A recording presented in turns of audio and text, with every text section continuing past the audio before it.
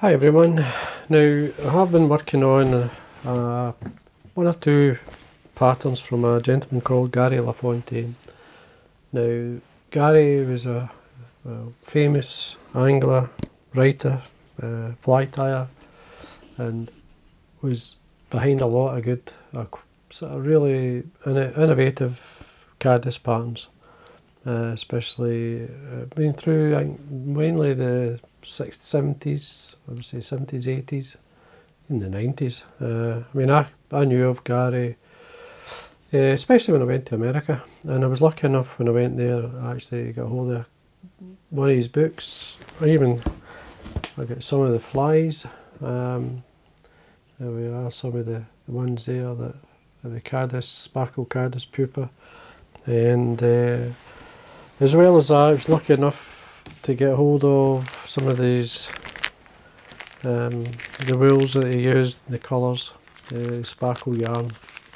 I don't know how many colours I got, but I wish I'd picked them all now, but at the time I picked the colours that I used mainly, especially, well, I've got the tan, this one, there's a nice creamy yellow, there's olive, brown, we've got the grey, and I've got black somewhere. I've got some on my desk. But anyway, I was lucky enough, as I say, to get some of the colours. There was also, you could buy at the time, Oliver Edwards. He had some of the similar type of yarn. I mean, if you look around, I mean, and Gary Lafontaine mentions that you could easily buy the yarn from a sewing shop or some sort, so it's an antron. The way to look at it, the darker colours, you can actually see got the black here, where you can actually see the yarn, the white antron that you get, and that's just like what you see in the caddis. There's fine fibres come off the caddis pupa, especially. As far as I believe it's the gills. It's part of the gills, or it could be, I'm not sure, I'm not 100% sure, but it's when you see the kind of white or anything normally on the side, it does give the impression of the gills. But anyway, the yarns were ideal and perfect for these patterns, and very translucent. The type of pattern would be like the one on this bead, this version here. These are the flies that you have in your box that when you use, I mean, you just use them up. The fish love them. And what I'm doing at the moment, I'm actually, I recently tied this version of the fly called the Mohican. It's an unusual dry fly. It's very beetle-like, very caddis-like, depending how you tie it. So it's a nice pattern. I'm going to be fishing these this season, as well as the caddis pupa weighted, unweighted. I've got the unweighted versions, or basically when I've put a cast together, out of that in the point, or even the mid drop, you could put it around the place, but usually in the point.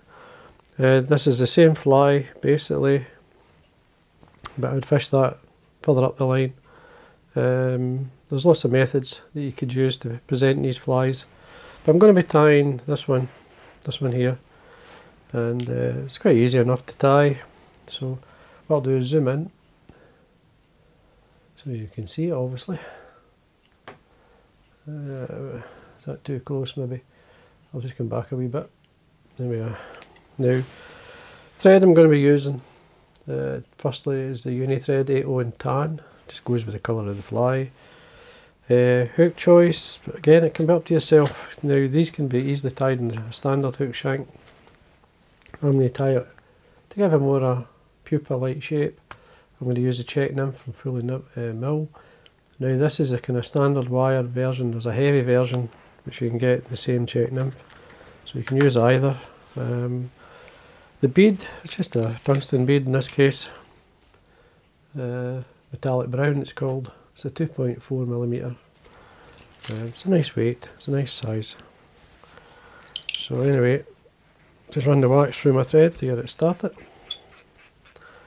I've found, to be honest with you, the less fussy you are with these flies the better. Now the yarn is what they call 4-ply, meaning if you can find it. This is the yarn here. Now when you open it out, and cut a wee bit away here because it's a wee bit rough. When you open it out, by just twisting the yarn, you'll get basically 4 lengths in there. I usually cut a length away, working length. So what you've got is there's 2 in this one, and you just separate them. So you do it. There we are. And what I like to do is just to fluff them out. You can use a brush, you could use Velcro. Just using a wee toothbrush here. Both ends. And I just work through it. So you can put the length top and bottom. First thing I like to do is straighten up the ends. I tie this one on the top, and then the other end, again I need to straighten up the ends a wee bit. Just off it underneath. You can catch it on the side if you want, but then bring it under, just bring it round and under, and pull it. And then it's just a matter of controlling or keeping these where you want. I usually just put my finger or my nail beside. Keep the top one in the top of the shank and the bottom one obviously on the underside. Work them way down. At this point, you can check to see where we are. Oh, it's fine. A couple of more turns. And then the body colour can be actually the same, but what I'm going to use, I've got the brown, this is the brown version, and I'm just going to tear it off. Don't need much, just lightly, not too much. I just basically sit it on the thread, slide it up, and then it's very easy just to twist from the distance, from the bottom end here, and then you can stretch it out, keep it thin or as thick as you like. Caddis pupa are quite thick, but we've got quite a lot of materials here, and we come up to about, say, thorax length away from the bead, and then we can pull around or pull both top and bottom section of the yarn to the front. Just come round, just a wee quick look just to see what it's like. Now you can pull it back using the needle. You can mess about with this, you can basically open out the fibre just by twisting it slightly.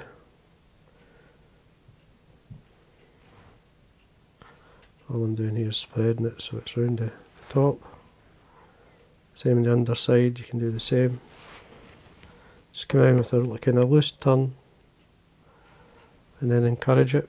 I'm going to put another, these are just weighted turns from the bobbin rather than tight turns from me tying. And then you can basically use your dubbing needle and ease back just to open out these. Best to do it all the one time. And then you can roll it. I just usually roll my fingers through it.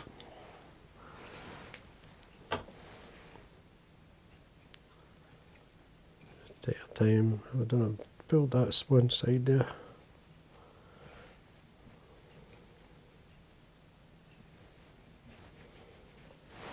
I mean, it looks a lot, but see when it's in the water, it goes translucent. It's really nice. And then it's just a matter of trimming away when you're reasonably happy with it. I mean, as I say, half of these really rough, and I just quickly tie it half the time, and it's still fine. And this yarn lasts. Just gonna roll it. You have to see it wet really to see what it's really like. Now, there's lots of things you can do here. You can put hackles on. I mean, I've done it with Hackle. One of my favourite hackles is obviously, I like CDC. So I've got a dyed brown CDC feather here, and I've got a tip here. So what I'm actually going to do is just do a turn or two using the Hackle.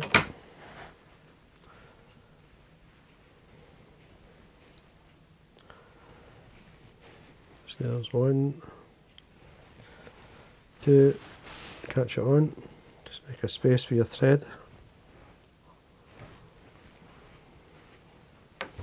Trim away. Now I could use some of the CD fibres, these fibres here as a dubbing. I'm going to blend that in with some of the body dubbing, some of the brown sparkle yarn.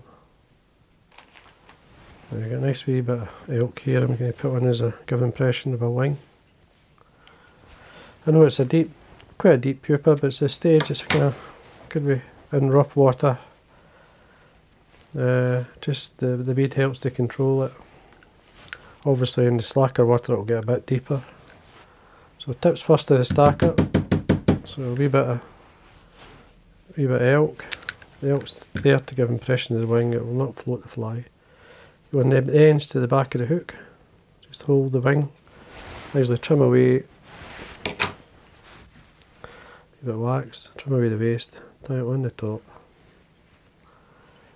See what it's like, that's fine. Just work your thread through the cut ends. I'm going to put some horns on it just to show you. So I've got some, this is a bronze mallard feather. This is off the grey side, there's a light side of the feather, so I'm just going to, there's damage, so I'm just going to pull off. You want 2.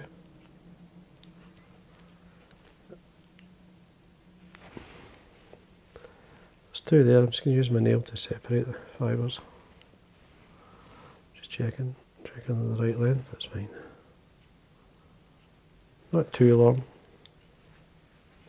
Just going to fold it back. Trim away the waste. Now as I say, I'm going to take some of the fine fibre of the, where's my brown? I'm going to mix it with some of the brown sparkle yarn. So just, you don't need much, just tear it off. So there's what I've got there, just enough to catch on some of the fibre, then we'll drop my scissors. And I trim away. So I've got some of the CDC and some of the sparkle yarn, just pull them together, just lightly dub it onto your thread, and then you can see the thread's basically near the bead. I'm going to work up towards the wing, just tighten the dubbing as I go.